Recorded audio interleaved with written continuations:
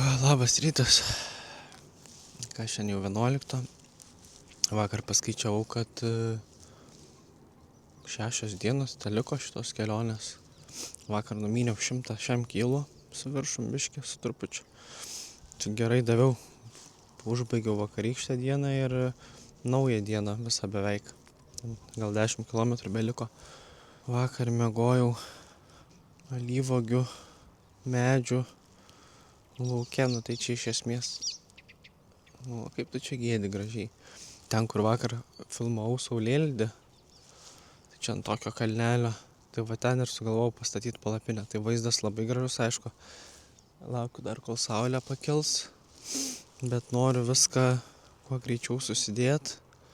Mano planas paskutiniam dienom yra kuo mažiau tarmozint, tai greit susisuk, tada jau pradėti važiuoti ir tik tada kažkur nuvažiavus sustot, greit užkast ir toliau varyti, be jokių ten ilgų pertraukų ir panašiai. Tai kol kas pasiteisino, nieko net nenusiėmiau nuo dviračio, nei kamerų, nieko, čia tokia labai remote vieta, tai nėra nei žmonių, nieko saugu palikti. Užrakinau, aišku, bet galėjau net ir nerakinti, nieko būtų nenutikę.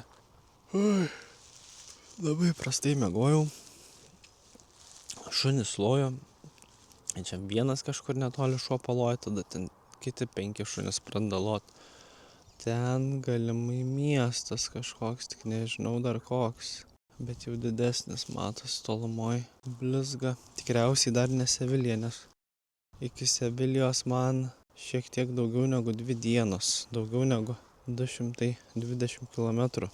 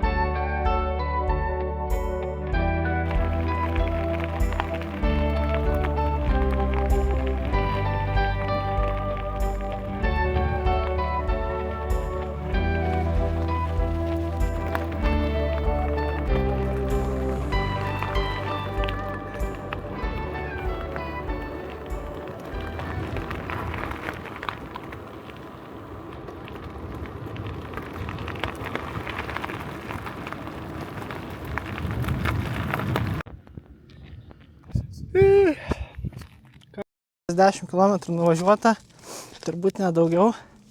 Ir dar tik tais be 24, tai manau, kad šiandien dar varysim. O šiaip tai sustojau, nes visai cool dalyką pamačiau, kurio nesu matęs gamtoj, natūraliai. Tai čia yra tiesiog medvilnės šitie augalai. Visas laukas čia. Ką turiu omeny? pavyzdys. Va, čia yra medvilnė. Šiaip tai paėmus, tai taip tiesiog kaip vata. Geras šiaip. Tai va tai visas laukas. Kiek žiūri, tai kiek akis neša. Tai va pasidžiaugsiu. Kvapo jokio neturi. Tiesiog, sakau, kaip vata. Tai va pasidžiaugsiu, pasimsiu suvenyrą ir varysiu toliau. Norėčiau šiandien gal rekordą net sumušti. Tai žiūrėsiu, kaip seksis, koks kelias, bet laiko tam turiu. Tai vakar 100 šiam buvo kilometrų, nu šiandien tada būtų 107 gerai varyt. Tai jau visai didžiuočiausi. O šiaip tai kelias, tai nežinau, kas mašina kas valandą pravažiuoja ir viskas. Nors plentas, bet vienas kitas tik žmogus pakely. Oi. Blemba, 18, be 19 kilų liko ir važiavau aklavietę. Tiesiog nežinau, ką daryti. Čia pradžioje atrodo, kad nedaug vandens galėčiau bandyti pravažiuoti, bet ten toliau tai panašu, kad visai gilu. Nu, reiks arba atgal važiuoti, nes bristai nelabai nori rizikuoti. Arba gal kažkaip viršui yra kažkoks apvažiavimas. Oi. Nu, bandysiu kažkaip išsikeberioti iš tos situacijos. Reikia tik paskubėti, nes tik valandą liko, tai reikia spėti.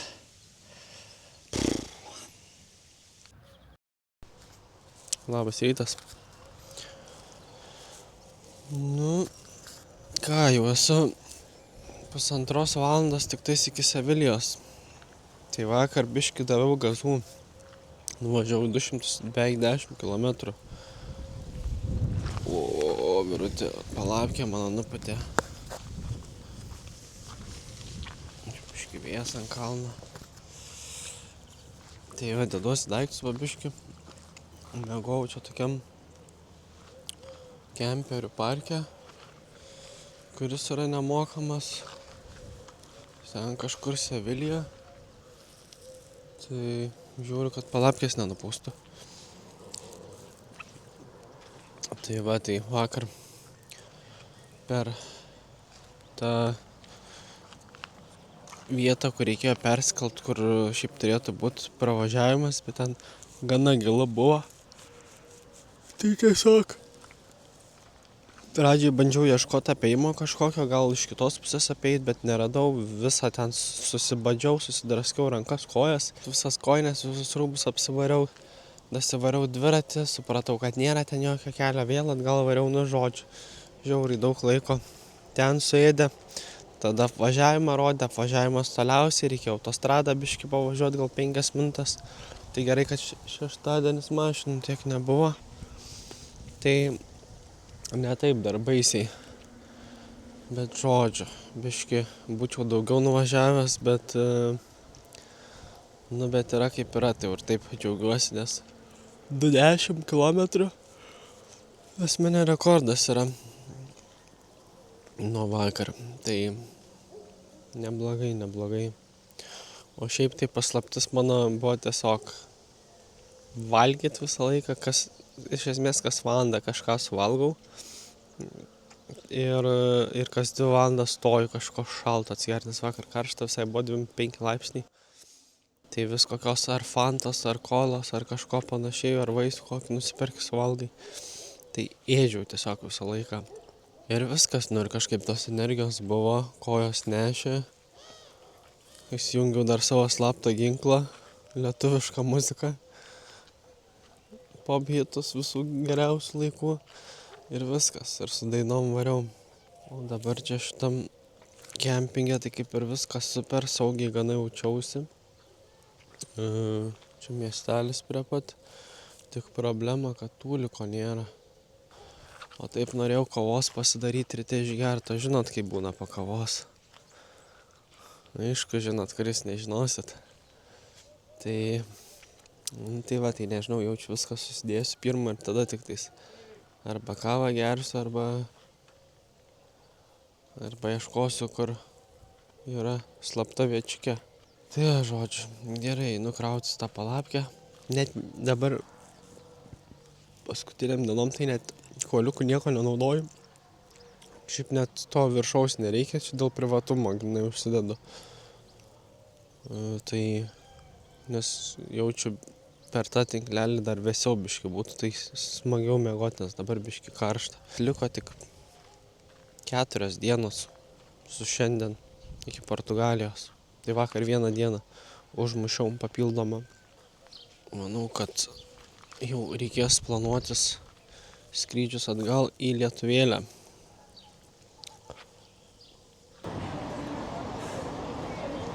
Tai tiesiog neklystu iš maršruto, net turbūt nestosiu nei kavos, nei arbatos, nei vandens gert, nieko. Gal jau išvažiavus iš miesto tik tais. Šiaip tai va, čia tas žymusis bokštas, viena iš pagrindinių gatvių.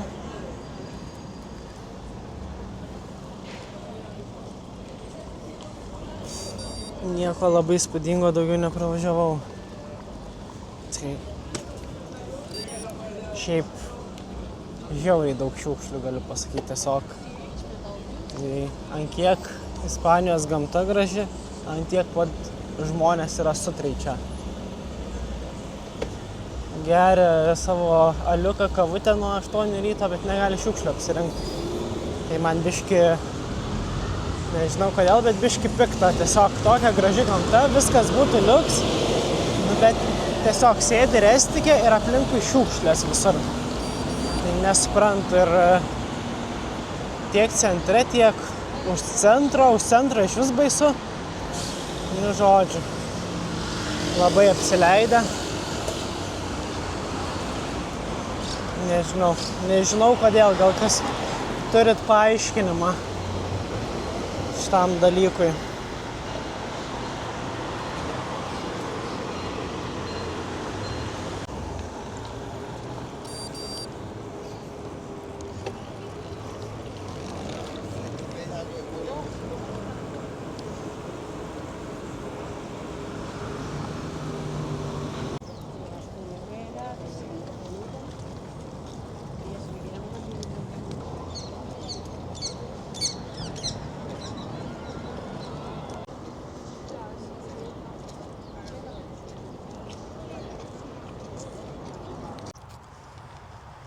Oi, atvažiavau jau į savo vietą, tiksliau važiavau pro šalį, ieškojau vietos ir radau kažkokį šabakštyną.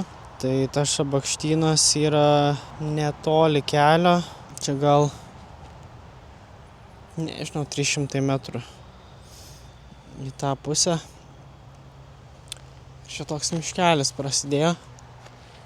Čia tokia kaip, greitkelis autostrada. Ir viskas, kaktusynas toks. Ten tvora ir medžiai nukritę. Vienas nukritęs, bet tiesiog irgi šabakštynas, tai nelabai praeiti išeina. Čia kur kelias tvora. O čia va tokią lygesnę vietą radau švaresnę. Kaktusai uždengia viską. Iš tos pusės. Ten irgi kaktusynas, tai nieks neateis. Manau, kad čia labai rami vieta, nieks čia nieko neprisikabins. Kaktusynas, žodžiu. Ką šiandien 103 kilai lygtais įveikti. Visai pavargęs esu. Nors atrodo naktį vakar dužęs buvau. Kažkaip išmiegojau, bet tie ispanai, ispanai yra Europos amerikiečiai, reksniai. Iki 4 ryto ten ir muzika grojo, ir rėkavo jie ten ir taip toliau. Tie patys ispanai, kurie karavanuose šalia buvo, jie irgi, kai nenormalūs. Tai aš atsikėliau, nežinau, gal 6-7. Tai kažkas irgi atsikėlė, su vaikais rėkia, spiegia tie vaikai, tie žmonės irgi kalba, atrodo, kad vieni būtų, nors ten tų karavanų gal dar 5 mašinos, nu tai žmonės miega. Nu žodžiu, sakau, tokie visiškai be self-awareness. Tai vat, tai dabar esu biški už Huelvos ir rytoj jau turėčiau kirst Portugalijos sieną. Ir kažkurioje vietoje reikės keltis keltu. Tai labai tikiuosi, kad tas keltas bus kaip Danijoje, kur tipo kas, nežinau, nuplaukia į vieną pusę, iškart grįžta į kitą. Ir varinėjais ten visą laiką. Tikiuosi nebus, kad ten kas 5 valandas ir jeigu spėji, tai spėji, jeigu ne, tai ne. Nes šiandien jau skrydžius žmona nupirko į Lietuvą, tai jau turiu spėt. Tai trečiadienį turiu pabaigti, nes dar reikės atgal iki Farado važiuoti, viskas susidėti, taip toliau pasiruošti skrydžiui. Tai daug reikalų laukia, reikia spėti, dėl to ir stengiuosi nuvažiuoti kuo daugiau. Tai va žodžiu, bet šiaip turbūt liko manau, kad apie gerus 300 km. O šiam kartui tada labanakt. Susitiksim jau rytoj ir važiuosim link Portugalijos.